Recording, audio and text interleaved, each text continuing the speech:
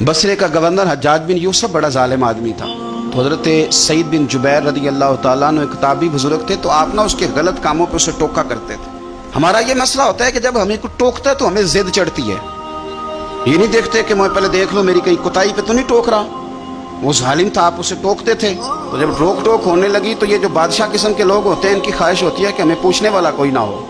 रोक टोक बड़ी तो उसने बुला लिया हज़रत सईद बिन जुबैर रज़ी अल्लाह तआला अन्हु को, बुला के कहने लगा मैं आपको कत्ल करूंगा। तो आप फरमाने लगे जिस तरह तू मुझे कत्ल करेगा ना, मेरा रब भी तुझे उसी तरह ही कत्ल करेगा। अल्लाह वाले थोड़ा किसी से डरते हैं, वो उसी तरह तुझे कत्ल करेगा। कहने लगा हज़रत सईद बिन जुबैर रज़ी अल्लाह तआला अन्हु से कि अगर आप मुझसे माफ़ी मांग लेंगे तो मैं आपको छोड़ दूंगा। तो आप फरमाने लगे माफ़ी तो मैं रोज़ मांगता हूँ, पर सिर्फ अपने रब से। तुझसे काहे की माफ़ी मांगू, किस बात की तुझसे माफ़ी मांगू। कहने लगा फिर आप बाज जल्लाद से कहने लगा इसे कत्ल करो।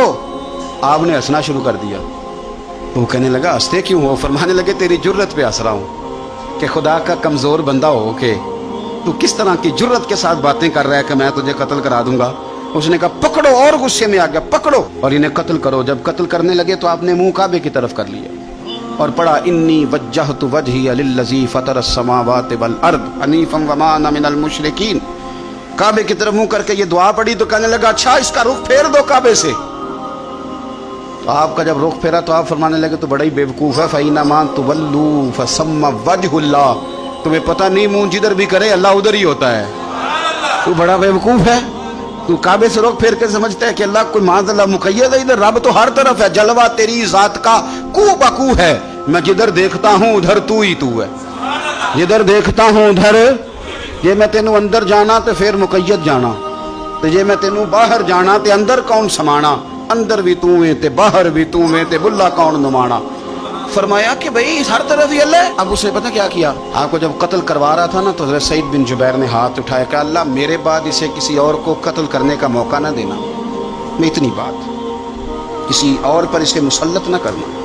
हज़रत सईद बिन जुबैर कत्ल हुए, शहीद हुए तो इतना खून बहा, इतना खून बहा कि खून बंद ही नहीं होता, इतना खून। वो कहने लगा वजीरों से, मुशीरों से, तबीबों से कि इतना खून। तो वो कहने लगे बादशाह ये खून बताता है कि ये बंदा तुझसे डर के नहीं मरा, वरना तो तलवार बंदे के करीब आती है तो खून खुश्क होता जाता है, वरना तो हुक्म होता है सजाए मौत का तो लोगों के कपड़े ढीले हो जाते हैं, जिस्म कमज़ोर हो जाता है। ये बंदा नडर था इसलिए इतना इसका खून निकला है कि इसे कोई डर नहीं। हज़रत सईद बिन जुबैर को कत्ल करने के बाद ना हज्जाज बिन यूसुफ 15 दिन जिंदा रहा है, सिर्फ 15 दिन। कैंसर हो गया पेट में, इतनी तकलीफ हुई कि जिस बीमारी को आज आप कैंसर कहते हैं कि किसी की समझ में नहीं आता था। तबीब गोश्त की बोटी डालता था धागे के साथ पेट में, तो बाहर आती थी तो वो गल सड़ के बाहर निकलती, उसके अपने भी उसके कमरे में नहीं जाते थे।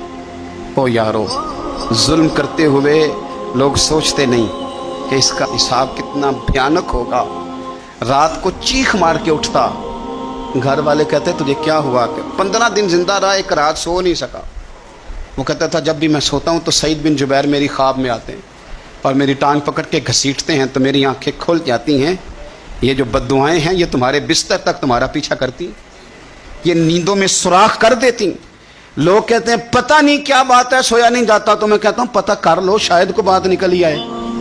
पता कर लो, देख लो, गौर कर लो, तवज्जो कर लो, शायद को बात निकल आए। अगर निकल आए ना तो फिर तौबा कर लो, और अगर निकल आए तो फिर माफी मांग लो।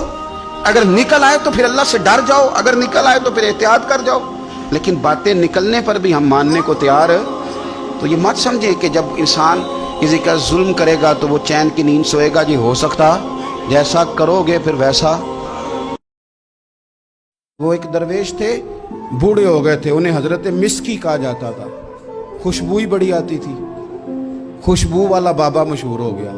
तो लोग पूछते कौन सी खुशबू लगाते हैं, फरमाया छोड़ो, हुजूर बताए ना कौन सी लगाते हैं। जब लोग बड़े इकट्ठे हुए तो बाबा जी कहने लगे मेरी जवानी का वाकया, मैं सोना बड़ा था, कपड़े की दुकान पे काम करता था। एक औरत कपड़ा लेने आई तो उसकी नीयत मुझ पर खराब हो गई। अमीर औरत थी, किसी तरीके मुझे घर बुला लिया और दरवाजे बंद करके तो मेरे साथ मुंह काला करना चाहती थी। मैंने पूरा जोर लगाया। पहले तो वो कहने लगी कि मैं मार दूंगी, फिर कहने लगी कि लोग तुम्हारा यकीन तो करेंगे, नहीं करेंगे तो मेरा। तो मैं कहूँगी ये ज़बरदस्ती कर रहा था तो बदनाम भी कर दूंगी।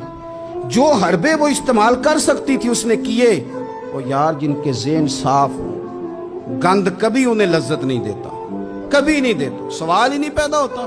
آپ کی نظر صاف ہو تو آپ گندگی پہ گرے, یہ ہو ہی نہیں سکتا. مومن ہمیشہ طیب اور حلال کو پسند کرتا ہے, حرام کی طرف نگاہ جاتی نہیں. شیخ فرمانے لگے کہ جب چاروں جانب میں سمجھ گیا کہ یہ چھوڑے گی نہیں تو میں نے اسے کہا مجھے پیشاب آیا ہے, پخانہ کرنا ہے. واش روم میں گیا تو پخانہ کر کے میں نے اپنے جسم پہ مل لیا. اس کی طرف آیا تو کہنے لگی تو پاگل ہے, اتنا گندا بندہ, نکالو اسے گھر سے باہر. کہتے ہیں میں نے پلٹ کے دیکھا اس کی طرف, میں نے کہا کمال ہے نا, میرا تو جسم گندا ہے, تیرا تو دماغ گندا ہے. او حضرت سلطان باغ بولے اور بول کے فرمانے لگے دل کالے نالو منہ کالا چنگا, دل کالے نالو منہ کالا چنگا, پر جے کوئی رمز پچھاڑے. اگر تجھے سمجھ آ جائے نا تو دل کالے نالو منہ کالا چنگا. آپ فرمانے لگے مسلمان نوجوانوں, مجھ سے پوچھنے والوں, میں وہاں سے نکل آیا پاگل بن کے, گند مل کے, اور جب میں آیا ایک کنویں پہ غسل کیا اور میں نے کپڑے بدلے, دھویا اپنے آپ کو, گھر گیا, شکر ادا کیا, اللہ تیرا شکر ہے. اقبال نے اپنے بیٹے کو دعا دی تھی, اس نے کہا تھا پتر حیا باقی نہیں ہے زمانے کی آنکھ میں, خدا کرے کہ رہے تیری جوانی بے داغ, اللہ کرے تو بچ جائے زمانہ بڑا برا آ گیا. کہتے ہیں غسل کیا, رات کو میں سویا تو خواب میں حضرت یوسف علیہ السلام کی زیارت ہوئی.